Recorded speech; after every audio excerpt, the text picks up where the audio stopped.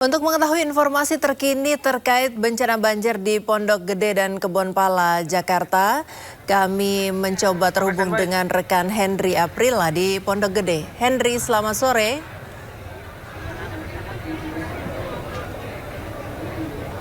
Henry, silakan dengan laporan Anda. Selamat sore Priska dan juga pemirsa. Kalau untuk saat ini, baik Priska, untuk sore hari ini terpantau di tempat pos evakuasi, tepatnya tempat terjadinya banjir yang terjadi di Pondok Gede Permai, tepatnya di Kota Bekasi. Kalau dilihat oleh Anda, Priska, ini sedikitnya visual terbaru kami, di mana memang warga yang terdampak dari banjir ini yang berada di pos evakuasi sedang melakukan istirahat. Karena mengingat tadi siang, dari pagi sampai dengan siang hari, mereka melakukan pembersihan lokasi ataupun kediamannya masing-masing. Karena mengingat ini banjir yang terjadi di kawasan Pondok Gede Permai ini sudah mulai menyurut, kemudian warga sudah bisa melakukan pembersihan untuk kediamannya masing-masing yang dibantu oleh pihak-pihak terkait seperti halnya TNI Polri. Nah, untuk saat ini memang sejumlah kebutuhan sudah terpenuhi seperti halnya konsumsi, kemudian juga ada pakaian, bahkan juga kasur yang sudah diberikan oleh pihak BNPB dan juga pihak Mensos yang sudah memberikan bantuan. Nah, untuk mengetahui kira-kira untuk saat ini memang kegiatannya ada apa saja, kita sudah bersama dengan salah satu korban, yakni warga dari Pondok Gede Permai. Ibu, selamat sore. Dengan Ibu siapa kalau boleh tahu? Maaf boleh ganggu. Unung. Unung, Ibu ini kalau boleh tahu bantuan apa saja yang sudah diterima oleh Ibu sendiri? Untuk sementara sih makanan ya. Itu yang saya baru terima, itu aja. Sama kasur dari Kemensos. Nah, Ibu kalau boleh tahu ini air kan sudah menyurut banjir. Nah, rumah Ibu ini sudah bisa dibersihkan atau memang masih kotor? Udah bersih. Anak saya tadi bilang udah bersih, tinggal dicuci aja pakai air gitu, dipel gitu aja, tinggal itu. Kalau boleh tahu Ibu, ini bantuannya dari siapa aja untuk pembersihan rumahnya masing-masing warga ini? Pribadi bersihin rumah mah. Gak ada bantuan dari kepolisian? Paling kalau dari polisi itu untuk jalan umum, got nantinya gitu disemprot gitu aja. Kalau untuk rumah mah pribadi bersihinnya. Tadi ada Gibran ya Bu, Wakil Presiden. Ini ada bantuan apa saja yang mulai dikasih oleh Gibran? Orang tahu, orang sebentar doang kesininya juga. Gak sempat ketemu ya Bu ya, jadi dia langsung ke Permai itu sih, ke sana. Tapi kira-kira kalau untuk kebutuhan yang masih perlu dipenuhi apa Ibu? Peralatan sekolah, sama buat bersih-bersih, terus buat mandi itu yang penting, sama obat-obatan. Terus sejauh ini kalau air bersih sudah tercukupi atau belum? Belum kayaknya. Air bersih untuk apa nih? Belum tahu Mas, saya belum pulang dari semenjak ngungsi, iya. Sebelumnya terima kasih Ibu, selamat melanjutkan aktivitas kembali.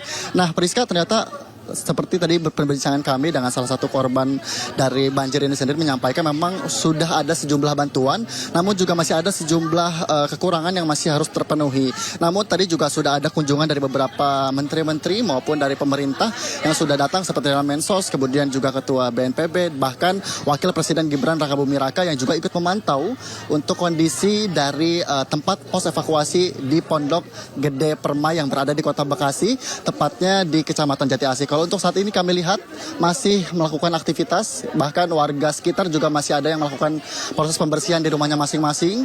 Kita akan terus pantau karena sejauh ini belum ada pergerakan yang cukup signifikan untuk korban. Bahkan kalau dilihat ini pakaian atau sejumlah kebutuhannya sudah terpenuhi. Priska.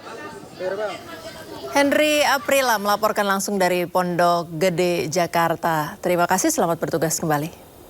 Kepala Kantor Komunikasi Kepresidenan Hasan Nasbi menyebut Presiden Prabowo Subianto telah menginstruksikan BNPB untuk segera menangani banjir yang melanda wilayah Jabodetabek. Arahan terkait banjir ini diberikan Prabowo dalam acara taklimat dan buka puasa bersama Kabinet Merah Putih di Istana Negara kemarin.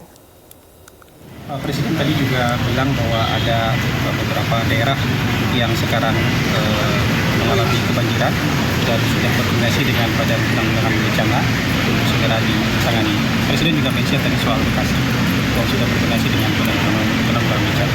Apakah ada bantuan Pak dari Pak Presiden untuk bantuan sosial seperti itu?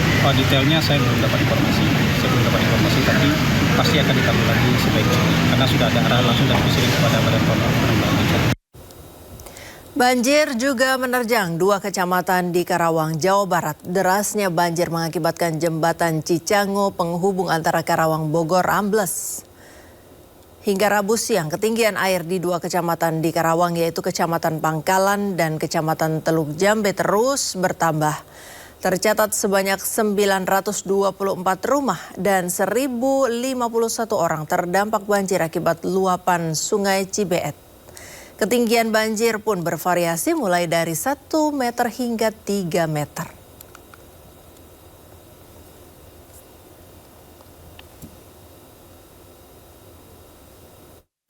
Banjir di Karawang, Jawa Barat akibat luapan Sungai Cibeet juga merendam akses jalan hingga ketinggian air 1 meter lebih.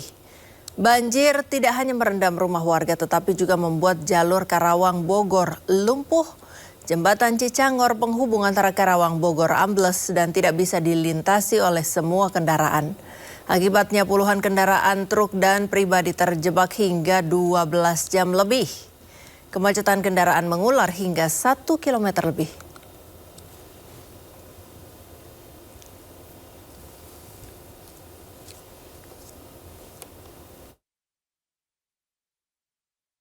Kepala BMKG Dwi Korita Karnawati menjelaskan modifikasi cuaca telah dilakukan sejak Selasa sore.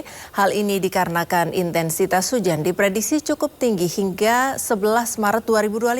Sementara Kepala BNPB Letjen Suharyanto menyatakan operasi modifikasi cuaca dilakukan terus-menerus. Kemarin sore.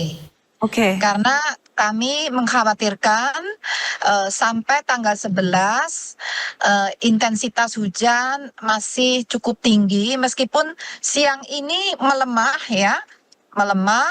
namun menjelang sore atau selama sore ini diprediksi akan mengalami peningkatan curah hujan. Kemudian malam hari mulai menurun lagi. Itu prediksinya untuk hari ini. Oke. Namun sejak tadi pagi kami melakukan modifikasi cuaca, diharapkan yang saat sore nanti jangan sampai, ya kalau masih hujan ya semoga hujannya ringan gitu loh. Jangan sampai merepotkan yang sedang evakuasi, yang sedang bebenah setelah banjir ya. Jadi kita memang berupaya untuk merekayasa cuaca itu sampai tanggal 8. Ini sudah berkolaborasi, bekerja sama. Yang dilakukan adalah sumber bencananya ditahan.